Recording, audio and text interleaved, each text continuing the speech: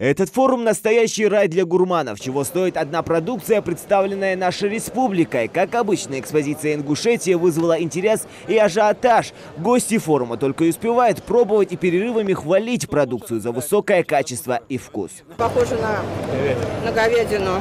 Вкусная. И чтобы животное питалось хорошей травой на каких-то лугах. Экологически чистых продуктов. Да. Я бы купил кавказское. Почему? Потому что там сохранились старые традиции. Там к мясу относятся очень добросовестно, трогательно. И, так сказать, не привыкли переводить его неизвестно на что. Если готовят, то относятся очень добросовестно. Вот поэтому даже я считаю, вот у нас в средней полосе, где русское население, допустим, многие уже забыли вкус баранины. Масса предрассудков, что это малодиетическая пища. Это неправильно, конечно. Вот надо бороться с предрассудками, прежде всего свое.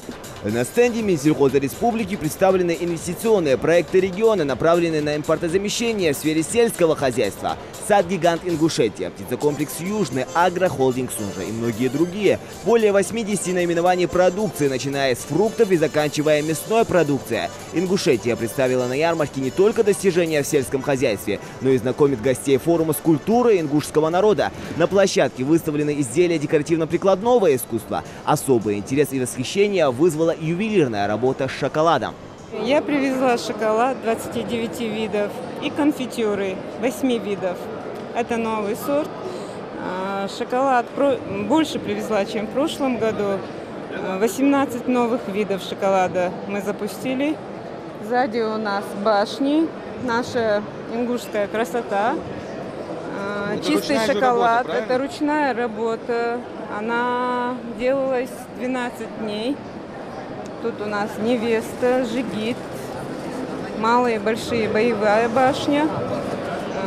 Это черный шоколад, внутри белый шоколад. Так, все съедобно. Это все чистая продукция, без пальмового масла. Это шоколад наш ингушский. Марка, бренд Ингушетии.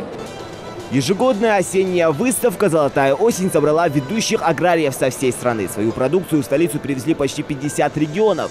Сельхозпроизводители со всех концов страны показывают лучшее, чего сумели добиться. Вот и Ингушетия продолжает покорять.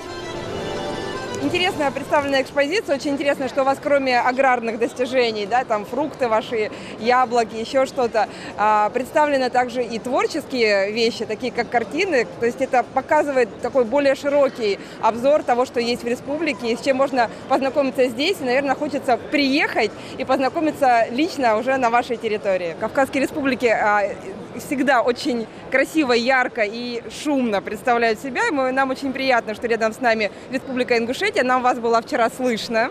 Вот, было очень приятно смотреть на ваших участников в национальных костюмах. Красиво, зажигательно. Я даже видела, что тут рядом под вашу музыку танцевали дети.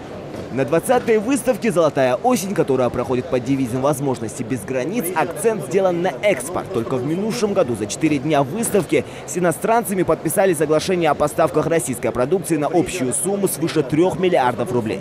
К слову, в этом году Ингушетия намерена подписать на форуме 29 соглашений. Нам очень интересно семеноводство. В первую очередь у нас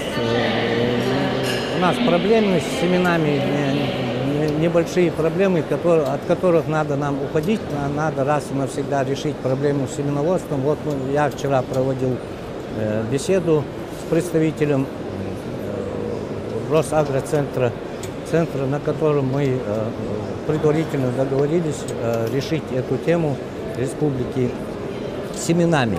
Да, как я ранее подчеркнул, конечно, у нас большой интерес к животноводству. Опять-таки, вчера подходили люди, предлагали оборудование, предлагали поголовье.